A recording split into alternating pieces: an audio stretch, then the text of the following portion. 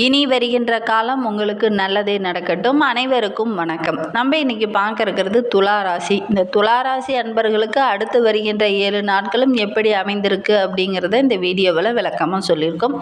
நிச்சயமாக இந்த வீடியோ உங்களுக்கு பயனுள்ளதாக தான் இருக்கும். அதனால் வீடியோவை கடைசி வரையிலும் பாருங்கள். நீங்கள் இப்போ தான் ஃபஸ்ட் டைமாக நம்ம சேனலை பார்க்குறதா இருந்தால் நம்ம சேனலை சப்ஸ்கிரைப் பண்ணிவிட்டு கூடவே இருக்கிற பெல் ஐக்கானையும் கிளிக் பண்ணிக்கோங்க. அப்போ தான் நாங்கள் போடுற ஒவ்வொரு வீடியோவுமே உங்களுக்கு நோட்டிஃபிகேஷனாக வரும். ராசி மண்டலத்தில் நடுவில் வர்றது தான் இந்த துளாராசி. இந்த ராசிக்குரிய அடையாளமே பார்த்திங்கன்னா தராசு. அதாவது அந்த தராசு பார்த்திங்கன்னா அந்த ராசியோட நேயர்களை பார்த்தே சொல்லலாம். எண்ணத்தில் ஒரு நிதானத்தை கடைபிடிக்கக்கூடிய இந்த தராசை வச்சு அவங்களுடைய எண்ணங்கள் எப்படி இருக்கும் அப்படிங்கிற அளவுக்கு நம்மளால் கணிக்க முடியும். சம அளவை கடைபிடிப்பாங்க.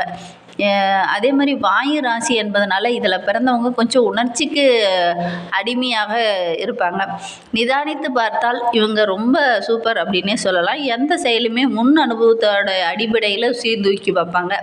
இந்த ராசிக்காரங்க கிட்ட இருக்கிற மிகப்பெரிய சிறப்பு என்னென்னா முக்கியமான இடங்கள்ல சமமாக எல்லாத்தையும் பார்க்கும் ஒரு குணமுடையவங்கன்னா இந்த துளாராசி அன்பர்களை சொல்லலாம். இயற்கையை நேசிக்கக்கூடியவங்க, ரொம்ப அமைதியானவங்க. தனித்தன்மையே என்னன்னா எல்லாருக்கிட்டையும் பேசுறது பழகிறது, ரொம்ப ஹாப்பியாக மகிழ்ச்சிகரமாக தன்னுடைய வாழ்க்கையை கொண்டு போகணும் அப்படின்னு நினைக்கக்கூடியவங்க இந்த துளாராசி அன்பர்கள். இவங்களுக்கு வருகின்ற 7 நாட்களும் எப்படி அமைந்திருக்கு அப்படிங்கிறது இந்த வீடியோவில் விளக்கமாக சொல்லியிருக்கோம். நிச்சயமாக இந்த வீடியோ உங்களுக்கு பயனுள்ளதாக தான் இருக்கும். உங்களுக்கு ஜோதிட ரீதியாக ஏதாவது சந்தேகம் இருக்குது அப்படின்னா டிஸ்கிரிப்ஷனில் ஜோதிடரோட வாட்ஸ்அப் நம்பர் கொடுக்கப்பட்டிருக்கு. அந்த நம்பருக்கு கால் பண்ணி முன்பதிவு செய்துக்கோங்க. உங்களுடைய சந்தேகங்களுக்கு நல்ல ஒரு தீர்வு கிடைக்கும். இந்த துளாராசி அன்பர்களுக்கு வருகின்ற நாட்களில் உங்களுடைய ராசிக்கு 5ஆம் இடத்துல சூரியன் இருக்கிறார். எந்தெந்த காரியங்கள்லாம் தடையாக இருந்ததோ அதெல்லாம் உங்களுடைய புத்திசாலித்தனத்தால் வெல்லக்கூடிய ஒரு வாரமாக இந்த வாரம் அமைந்திருக்கு அப்படின்னே சொல்லலாம். மறைமுக எதிர்ப்புகள் எல்லாத்தையுமே நீங்கள் முறியடிப்பீங்க. அதற்கான யோகம் இந்த துளாராசி அன்பர்களுக்கு இந்த வாரத்தில் அமையும். எதெல்லாம் பிரச்சனையாக இருந்ததோ அதெல்லாம் உங்களுக்கு வெற்றியாக அமைய போகுது இந்த வாரத்தில். சந்திரன் சஞ்சாரம் உங்களுக்கு சாதகமாக இருக்குது. அதனால் நீங்கள் எடுக்கிற ஒவ்வொரு விஷயமே உங்களுக்கு சாதகமாக முடியும். செவ்வாய் 9ஆம் இடத்துல இருக்கிறார். நண்பர்கள் விரோதியாக மாறக்கூடிய சூழ்நிலை இருக்குது. அதனால் தேவையில்லாத அலைச்சல் கொஞ்சம் ஆகும். பொருள் செலவும் கொஞ்சம் உண்டாகக்கூடிய சூழ்நிலை இருக்குது. வியாபாரம் கொஞ்சம் மந்தமாக இருக்கும். புதன் 6ஆம் வீட்டில் இருக்கிறார். உறவினர்கள் உங்களுக்கு ஆதரவாக இருக்க மாட்டாங்க. சின்ன சின்ன பிரச்சனைகள், சின்ன சின்ன சங்கடங்கள் உறவுகளால் ஏற்படக்கூடிய சூழ்நிலை இருக்குது. உறவை பேணும்போது ரொம்ப கவனமாக இருங்க. தடிமனான வார்த்தைகளை பயன்படுத்த வேண்டாம். முடிந்த அளவுக்கு நிதானத்தை கடைபிடிங்க. இல்லை அப்படின்னா சின்ன சின்ன ஏமாற்றங்கள், பொருள் இழப்பு இதெல்லாம் ஏற்படக்கூடிய ஒரு சூழ்நிலை இந்த வாரத்தில் இந்த துளாராசி அன்பர்களுக்கு ஏற்பட்டுரும். குரு பகவான் 8ஆம் இடத்துல இருக்கிறார். கொஞ்சம் மனக்கவலை அதிகமாக இருக்கும். மருந்து பொருள்கள், மருத்துவ ரீதியாகவும் சின்ன சின்ன பிரச்சனைகள் வரக்கூடிய ஒரு சூழ்நிலை இருக்குது. கொஞ்சம் கவனமாக இருந்தீங்க அப்படின்னா பெரிய பாதிப்பு எதுவும் வராது. தொழில் காரணமாக குடும்பத்தை விட்டு பிரிந்து தனியாக வேலை செய்யக்கூடிய ஒரு சூழ்நிலை இந்த வாரத்தில் துளாராசி அன்பர்களுக்கு இந்த வாரத்தில் அமைந்துடும். அதுமாரி சுக்கிரன் 6ஆம் வீட்டில் இருக்கிறார். வெளி வட்டாரத்தில் நல்ல ஒரு செல்வாக்கு, புகழ் இதெல்லாம் கிடைக்கும். ஆனால் வீட்டுக்குள்ளே பார்த்தீங்கன்னா கொஞ்சம் சின்ன சின்ன பிரச்சனைகள், குழப்பங்கள், உறவுகளுக்குள்ள சின்ன சின்ன சங்கடங்கள் இதெல்லாம் வரக்கூடிய ஒரு சூழ்நிலை இந்த வாரத்தில் இந்த துளாராசி அன்பர்களுக்கு அமைந்துடும். வெளிநாட்டிலிருந்து ஒரு நல்ல செய்தி, நல்ல ஒரு தகவல் உங்களை தேடி வரும். அதனால் ரொம்ப மகிழ்ச்சிகரமாக நீங்கள் செயல்பட போகிறீங்க. சனி பகவான் 5ஆம் இடத்துல இருக்கிறார். ஆன்லைனில் நல்ல ஒரு லாபம் கிடைக்கக்கூடிய யோகமான நாட்களாக வருகின்ற நாட்கள் அமைந்திருக்கு. பெரிதாக ஆன்லைனில் ஏதாவது முதலீடு செய்கிறீங்க அப்படின்னா கொஞ்சம் கவனமாக இருங்க. அவசரப்பட்டு பெரிய முதலீடு எதுவுமே செய்ய வேண்டாம். வருகின்ற நாட்களில் மகிழ்ச்சியும் வருத்தமும் இரண்டும் கலந்த மாதிரி தான் வருகின்ற நாட்களில் உங்களுக்கு கிடைக்கும். அதனால் முடிந்த அளவுக்கு கொஞ்சம் கவனமாக இருந்தீங்க அப்படின்னா வருகின்ற நாட்கள் ரொம்ப மகிழ்ச்சிகரமான நாட்களாக அமையும். ராகு பகவான் 6ஆம் இடத்துல இருக்கிறார். பிள்ளைகளை பற்றி ஒரு விதமான கவலை, ஒரு விதமான பதட்டம் இதெல்லாம் ஏற்படும். கரெக்டான எக்ஸாம் டைமில் கரெக்டாக எக்ஸாம் எழுதுவாங்களா, அல்லது குழந்தைங்களுடைய ஆரோக்கிய விஷயத்தில் ஏதாவது சின்ன சின்ன பாதிப்பு வருமா அப்படிங்கிற மாதிரி ஒரு விதமான கவலை இந்த டைமு ஏற்படும். கொஞ்சம் கவனமாக இருங்க. அதே மாதிரி குழந்தைகள் விஷயத்துலேயும் கொஞ்சம் கவனமாக இருக்கிறது நல்லது. கேது பகவான் 1ஆம் வீட்டில் இருக்கிறார். மேலதிகாரிக்கிட்ட பேசும்போது கொஞ்சம் அனுசரணையாக பேசுங்க. இல்லை அப்படின்னா சின்ன சின்ன மாற்றங்கள், சின்ன சின்ன விபத்துக்கள் ஏற்படக்கூடிய சூழ்நிலை இருக்குது. அதனால் கொஞ்சம் கவனமாக இருந்தீங்க அப்படின்னா பெரிய பாதிப்பு எதுவும் வராது. குடும்பத்தில் சின்ன சின்ன சச்சரவுகள் அப்பப்போ ஏற்படும். இருந்தாலும் உங்களுடைய புத்திசாலித்தனத்தாலும் உங்களுடைய நிதானத்தாலும் அதை சரி செய்ய முடியும். அதனால் முடிந்த அளவுக்கு கொஞ்சம் நிதானத்தை கடைப்பிடிங்க. அவசரப்பட்டீங்க அப்படின்னா பெரிய பிரச்சனை வரக்கூடிய ஒரு சூழ்நிலை இருக்குது. அதனால் கொஞ்சம் நிதானமாக இருக்கிறது நல்லது. தேவையற்ற பிரச்சனை உங்களை தேடி வரும். கொஞ்சம் கவனமாக இருந்தீங்க அப்படின்னா பெரிய பாதிப்பு எதுவும் வராது. நிதி நிலைமை ஓரளவுக்கு சீராக இருக்குது. தேவைக்கேற்ப பணமும் ஓரளவுக்கு கையில் இருக்கும். வீட்லேயும் ஏதாவது ஒரு சுப செலவு இந்த வாரத்தில் செய்யக்கூடிய சூழ்நிலை அமையும். பிள்ளைகள் அதே மாதிரி மனைவி விஷயத்தில் கொஞ்சம் கவனமாக இருந்துக்கோங்க. அதே மாதிரி அவங்களுக்காக கொஞ்சம் செலவு செய்ய வேண்டிய ஒரு சூழ்நிலையும் இந்த வாரத்தில் அமைந்துடும். கமிஷன் தொழிலில் இருக்கிறவங்களுக்கெல்லாம் நல்ல ஒரு முன்னேற்றம் இருக்கும். கட்டுமான தொழிலில் இருக்கிறவங்களுக்கு நல்ல ஒரு லாபகரமான நாட்களாக வருகின்ற நாட்கள் அமைந்திருக்கு. தேர்வு எழுதும் மாணவர்கள் நல்ல ஒரு முறைக்கு 2 முறை பாடங்களை படித்துட்டு உங்களுக்கு ஏதாவது சந்தேகம் இருக்குது அப்படின்னா உடனடியாக சக மாணவர்கிட்டையோ அல்லது உங்களுடைய ஆசிரியர்கிட்டையோ கேட்டு தெளிவுபடுத்திக்கிறது நல்லது. இன்னும் உங்களுடைய வாழ்க்கையில் உள்ள பிரச்சனைகளும் கஷ்டங்களும் தீரவே இல்லை, எங்களுக்கு வாழ்க்கையில் இன்னமும் நான் கஷ்டத்தான் பட்டுட்ருக்கேன் அப்படின்னு நினைக்கிறவங்க சிவபெருமானை தொடர்ந்து வழிபட்டுட்டு வாங்க. உங்களுடைய வாழ்க்கையில் உள்ள பிரச்சனைகள் படிப்படியாக குறையும்.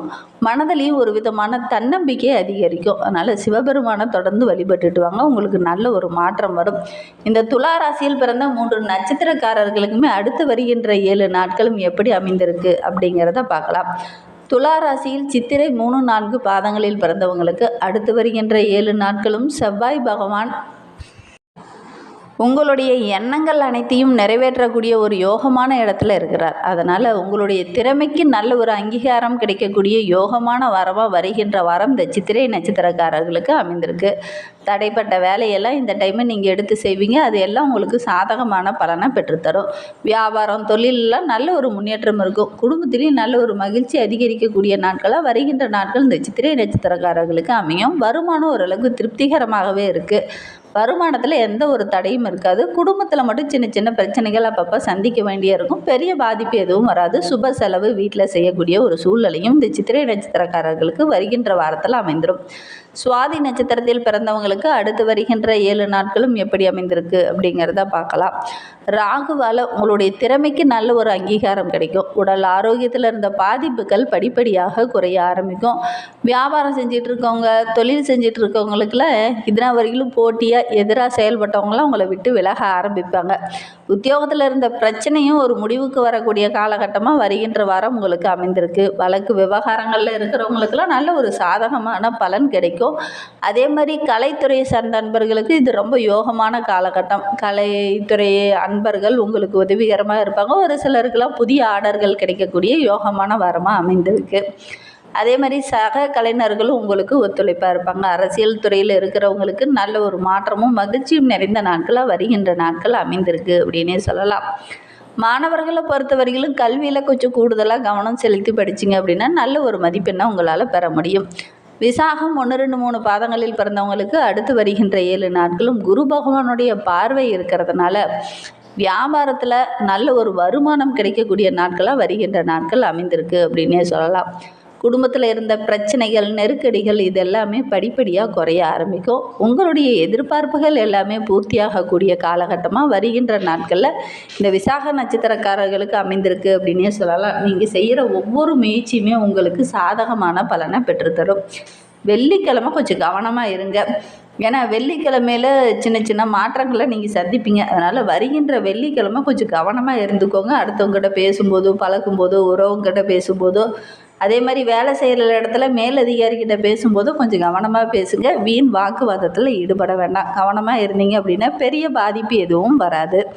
மாணவர்களை பொறுத்தவரையிலும் கல்வியில் கொஞ்சம் கூடுதலாக கவனம் செலுத்தி படிச்சுட்டு வாங்க. நல்ல ஒரு மதிப்பெண்ணை உங்களால் பெற முடியும். அதே மாதிரி பெண்களை பொறுத்தவரையிலும் வருகின்ற நாட்கள் ரொம்ப மகிழ்ச்சிகரமான நாட்களாகவும் சந்தோஷமான நாட்களாகவும் வருகின்ற நாட்கள் அமைந்திருக்கு அப்படின்னே சொல்லலாம்.